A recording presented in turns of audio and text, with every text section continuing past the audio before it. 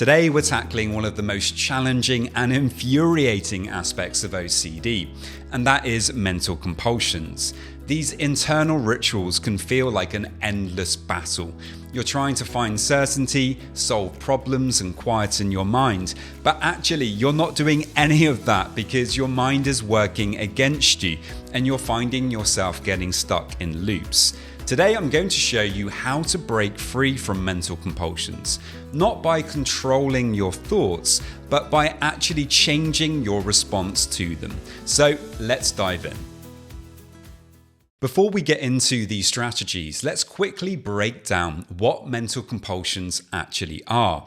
Unlike physical compulsions, things like checking, washing, counting, mental compulsions happen completely inside your head. And these are the kind of mental rituals where you might be replaying situations, mentally trying to fix things from the past, or constantly searching for certainty about things. The tricky part is that they feel like a natural way to reduce your anxiety. Your mind tricks you into believing that you should just think about it one more time. But of course, that keeps you stuck. And the more that you try to control the thoughts, the more you get stuck in that loop. The relief is only temporary. When you actually start thinking about something, maybe for a short time, the anxiety might go down because you feel like you're doing something about that thought that is making you feel uncertain. But actually, because you're performing a mental compulsion in order to bring down that anxiety in a kind of artificial way, all that you're actually doing is making it more likely that you're going to keep on doing this. It's kind of an addictive loop that you get stuck in. The more that you actually perform these mental compulsions, the more that you feel that you need to have to perform those compulsions in order to feel okay. Before I learned about acceptance for OCD and anxiety, whenever a thought that I didn't like popped up into my head, I would straight away start fighting with it, trying to get rid of it. Maybe it was an image or an idea that I didn't like, and I would want to disprove it in some way or try to make myself feel better about what had just happened. And all of these things are mental compulsions. I didn't realize it at the time. I thought I was actually just kind of helping myself by thinking about it more and trying to solve it. But of course, all I was really doing was getting myself more and more stuck. Thankfully, I learned about acceptance, and that's really when everything began to change for me. It's so important when it comes to mental compulsions that we really understand the OCD cycle and how it functions. Perhaps we get a thought that we don't like. The result of that is that we feel a lot of anxiety.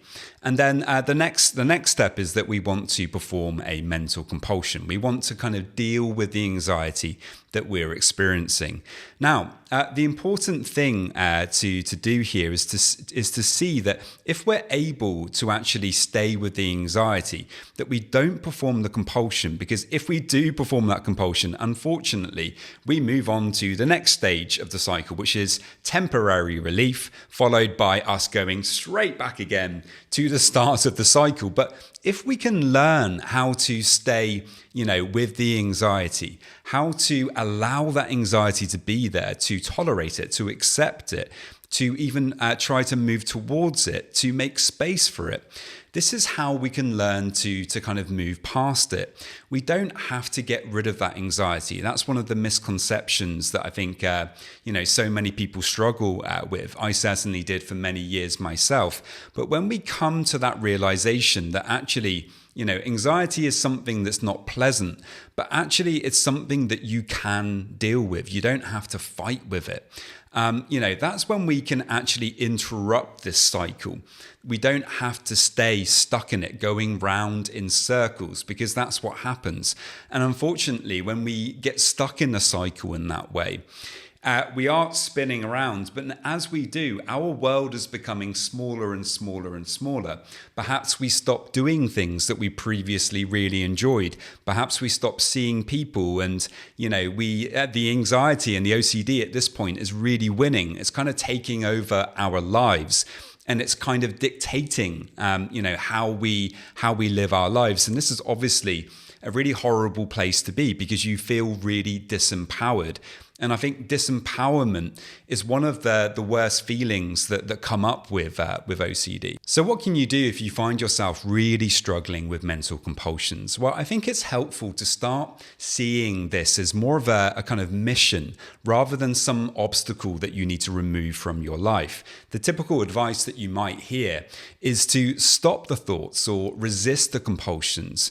But of course, you already know how difficult that is, and when you focus too much on controlling your thoughts, unfortunately, they tend to gain more power and you end up getting more of those thoughts. I just want to take a moment to mention that if you are struggling with OCD, I understand.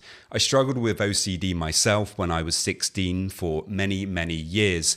And it wasn't until I found out about acceptance commitment therapy that I truly started to heal and live my life. Since then, I became a coach and have helped countless individuals heal and to be able to live fully alongside their OCD. And I've now put all of that knowledge and experience into an easy to follow step-by-step video and worksheet course that you can do at home to break free from OCD. I'm offering my YouTube listeners 50% off with the code BREAKFREE. Check out the link in the description to find out more. The real shift in recovery comes when actually you stop trying to control things and instead you start focusing on how you respond to them. Instead of trying to stop the thoughts altogether, focus on action. Make decisions based on your values, even when those mental compulsions are really present. They're being really annoying. They're really frustrating you. It's not about eliminating the thoughts altogether. It's about choosing to not allow them to dictate your life. Every time that actually you take some action that's guided by your values, despite the fact that anxiety is there in the background, you're proving to yourself that OCD doesn't control you. You control yourself and your responses to things. So here are some tips to help you to start dealing with mental compulsions in a better way. Tip number one is actually to postpone doing anything with the compulsion or with the obsession for 5 minutes. And the important thing here is that you put a timer on. Whether that's on your phone or you just use a clock, it's really important that for those 5 minutes, you're not going to do anything with the obsessive thought that you're struggling with. The idea is to delay any compulsion at all, and instead to try to refocus your attention onto other more valuable and helpful things, whether that's having a conversation with somebody, whether that's doing an activity around the house that you really want to do, and try to mindfully really focus your attention on that thing and come into the present moment. If after the 5 minutes you still really want to perform that compulsion, or you still really want to think about that thing or figure it out or have that certainty about it, well, now you can think about it, but at least during those 5 minutes, you are able to actually do something else. And a lot of the time, if we're able to postpone for 5 minutes, then we're able to postpone for 10 minutes or 15 minutes, or perhaps a whole day even at times. So that can be something helpful to try. Tip 2 is to try to reframe the compulsion as a challenge. And this relates to kind of seeing the struggle with OCD as a bit more of a kind of mission or a journey. It isn't about battling with it all the time, trying to fight with the OCD, trying to push it down, push it away. It's more about recognizing it as a challenge. That's something that comes up sometimes during your day. And actually, rather than being this awful thing that you can't deal with, that ruins your day anytime that it comes up, I think it's much more helpful if you can start viewing it as, yes, this thing that you don't like, but actually it's something that you can deal with, as something that you can almost have a kind of playful relationship with, where you recognize that you don't like it, but actually you also recognize that you have some choice as to how you respond to the obsession, that you don't have to perform that compulsion. And if you can make it into a bit more of a kind of a challenging game, where you're saying to yourself, well, let's see how long I can postpone doing anything with it today. You begin to have a bit of a different relationship with these thoughts as they come up, and you begin to realize that actually, this is something that you can manage. Maybe you've been telling yourself for a long time that you can't deal with this, you can't manage it, but actually that's just a story. It's a narrative that you're telling yourself. Tip 3 is to start tracking your compulsions, not to fix them, but to observe them. By writing down when and how your mental compulsions show up, you're actually creating a space between you and the thoughts. And this simple but very powerful practice can really help you over time to detach from the compulsions. And remember, these compulsions are not actually a part of you. They're a passing mental phenomena. They're related to the obsession. And actually, if you can learn to be there with the anxiety, without performing the compulsion and just waiting, focus your attention on other things. Try to get involved in other activities. Get on with your day. So often we begin to realize that, the thing isn't bothering us so much because we didn't perform that compulsion.